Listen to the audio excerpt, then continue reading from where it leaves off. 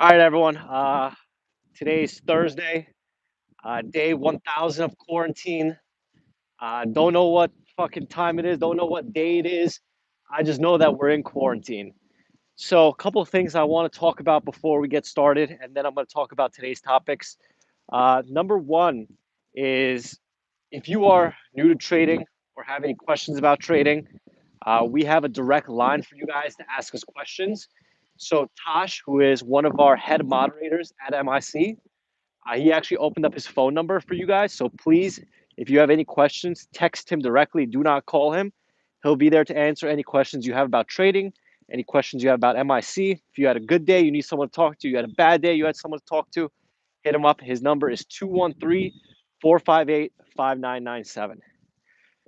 So, um, what I want to talk about today is just basically what it's been like trading in this bear market, what it's been like waking up every single day and kind of just seeing what the market gives. So, the common misconception is that a bear market means that there's no plays. If anything, I have never seen so many stocks in play in my entire life. Every single day, we're getting five or six stocks jumping up and having massive amounts of range. And that's not just in small cap world, that is in large cap world as well. A lot of these stocks have so much range, even the big ones, Boeing, Amazon, Facebook, Apple. So if you are trading any type of market right now, it is a trader's market. This is the best market I've ever been trading in every single day. Knock on wood, there's been so many opportunities. So what I want to talk about today is my trades on APT, my trades on SGBX, and then we're going to talk about this APOP squeeze. So number one is every single morning I wake up around 5 or 6 in the morning and I make a watch list for the members.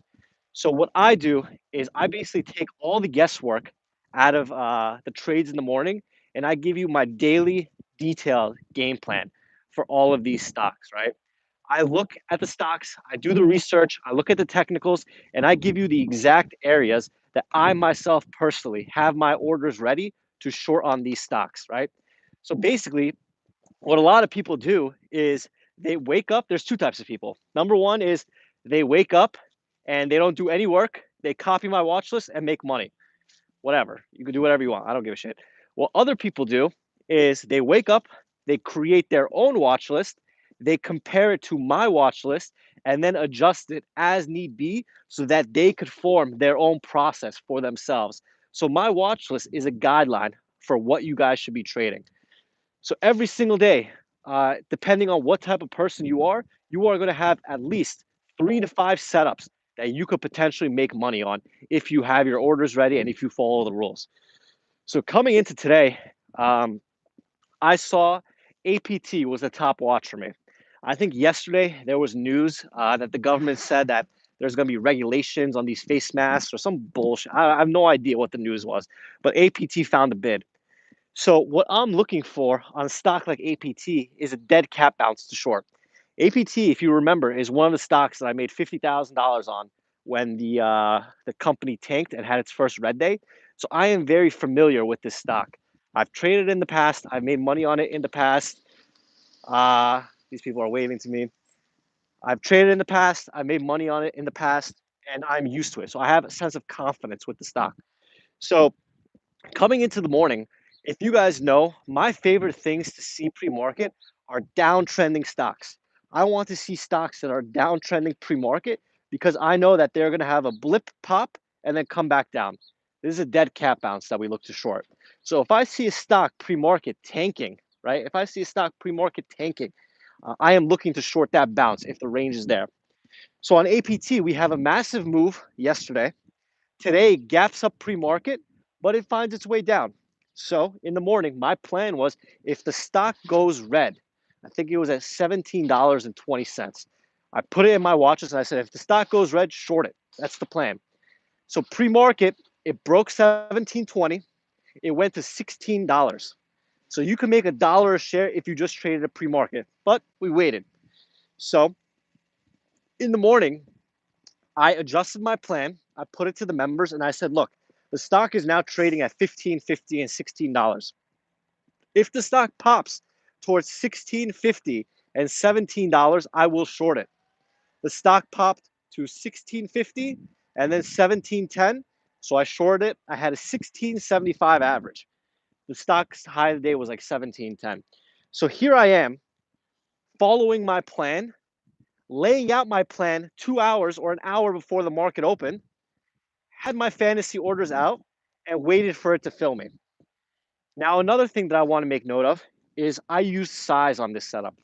Now, why did I use size on this setup, right? So it always goes back to the same thing. We are only allowed to use size when we have an edge. So on APT, I felt like this. The stock gave up pre-market. The stock went red pre-market. The stock tanked at the open. So here we have a stock that is weak, red, and tanked. So if it bounces, if it does a dead cat bounce, that to me seems like a trade that warrants a bigger edge, which allows me to size in bigger. So because it was a day two play, because it was red, because it already tanked, that to me gave me the confidence that, all right, you are allowed to size in on this stock because it's giving you all the signals that you need to get in size. So I got a 1675 with size, 10,000 shares. I covered for a little less than $1 a gain. What was my stop? My stop was if it went green and held green, I would have stopped. And the stock went like $1 or $2 lower than me. So if I held, I could have made 20 or 30 grand, but that's also a problem that happens with mindset. So there's often times that we make money in the stock market. And it sucks to say, but we make money in the stock market and it's not enough money. We feel like it's not enough. We want to nail the top. We want to nail the bottom. So when I have stocks like APT that tank $1 more than me, in the past, when I was more immature, I would feel like, damn, I was right. I knew I was right. I should have held. I'm going to short the bounce. I'm going to short the bounce. So it bounced 5 cents, 10 cents, and I'm immediately shorting it because I'm an idiot. These days, what I've done to refine my process is if I make a bunch of money early in the morning with zero stress, literally zero stress, I have to force myself to lock up. So that's kind of been a part of my process. That's been a part of my rules, and it's yielded to a bunch of profits. So today on APT, I followed the plan. I also traded SGBX. So if you look at the SGBX daily chart, there's a lot of wind here, sorry. If you look at the SGBX daily chart, you will see that the stock was red, bounced towards green, and failed green towards $6 whole dollar number. So in the morning, it was a day two play that tanked, bounced, and failed green. So I shorted that around $6. Needless to say, I got out around 540 and it went under $5. So the point that I'm trying to make is that every single day when we stick to our process, there is so much meat on the bone for us to make money that most of the time it's going to tank even more without us. And that's okay. If your biggest problem trading is that when you're making money trading and the stock is going lower, that's a good problem to have because it shows that you're making money, right? If my biggest problem as a trader is that after I cover, the stocks are taking more, what more do I fucking want? What more do I want? So the key to all of this is mental sharpness. If you are not mentally sharp in the stock market, you are doomed. This is the entire topic that we talked about in last night's Trader Clinic webinar. So let me kind of give you guys some tips on this, right? So number one is this. Every single day, I stick to my process, right? My process is I have a routine. I wake up at 5 or 6 in the morning. I go to the bathroom, brush my teeth, drink my espresso. I get to the desk, I make my watch list, I do everything, right? But my biggest rule, my biggest part of my process is the zombie rule, 10:30. Every single day at 10:30 on the dot, I get up and I walk away. The reason why I do this is because based on my statistics, based on what I've tracked for myself, I consistently lose money on the short side after 10:30. So because I've eliminated trading midday, I've yielded to higher profits.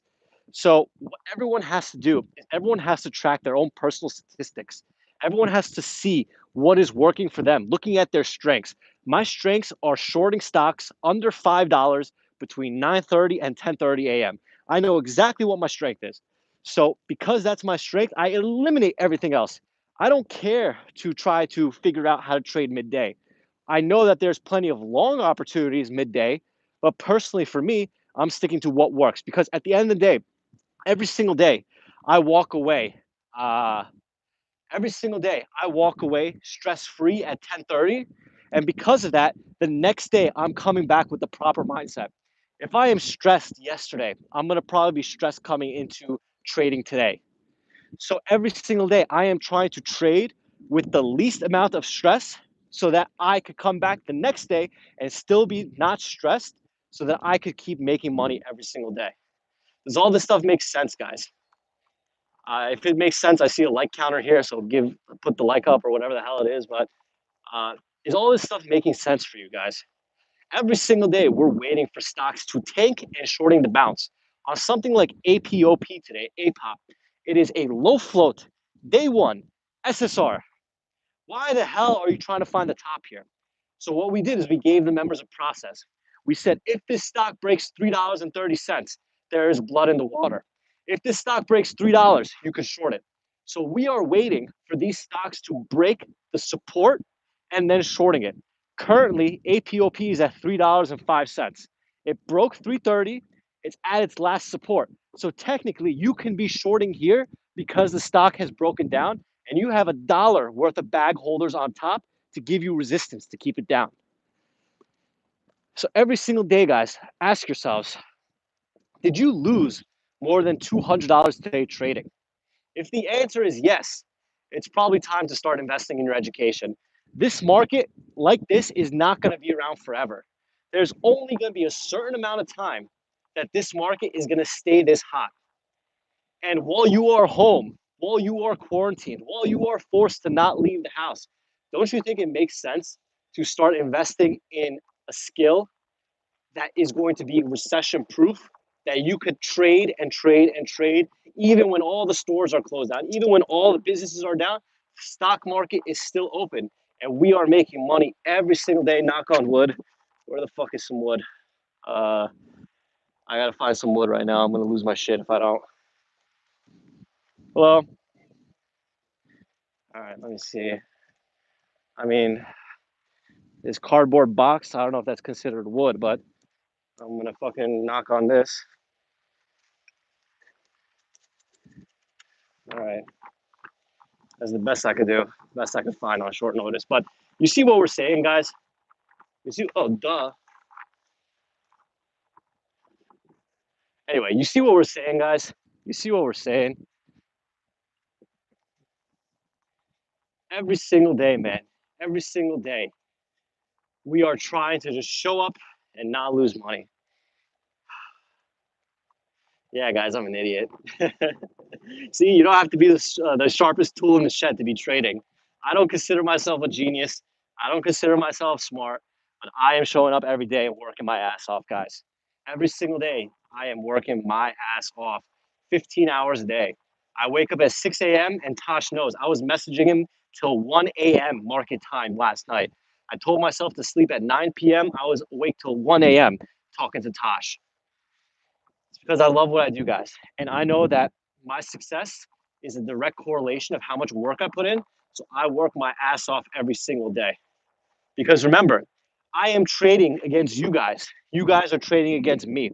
I am putting in the work all day, every day, so that no one is working harder than me. Because I know that the guy on the opposite end of the screen is trying his very best to take my money. So it is in my best interest to be as educated as possible, to be as sharp as possible, so that I am the one that makes the money. Trading is a sport, guys. You are a professional athlete when you are trading. You're not supposed to be physically fit, but you are supposed to be mentally fit. And sometimes I'm fucking crazy. You have to be a little crazy to trade.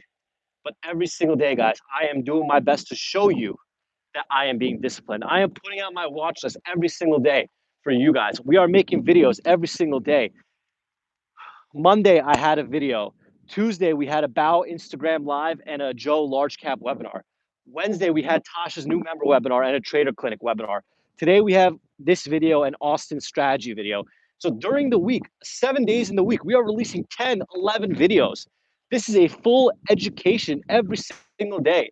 This is like going to school every single day. If you want to make more than a doctor, if you want to make more than a lawyer, I made $11,000 today in 1 hour, right? Good luck trying to make that as a doctor in 1 hour, but I fucking busted my ass off every single day to get to this point. And the sooner you start doing this, the faster you will see results.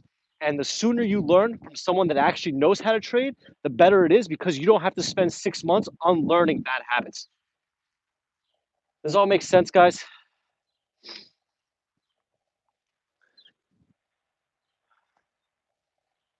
All right, let's open it up to Q&A. So if you guys have any questions, as I'm making my way back home, I will answer all your questions. How much do you recommend new traders start trading if they want to make around $150 or $200 a day? Number one is you cannot make $150 or $200 a day without proper education.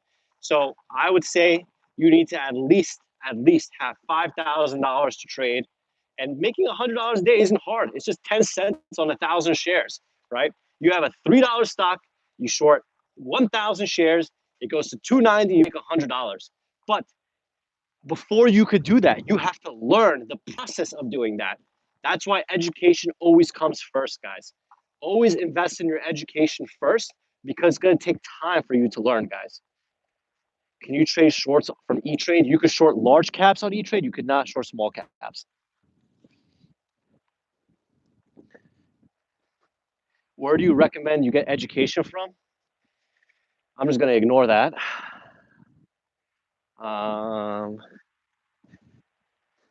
Any other questions, guys?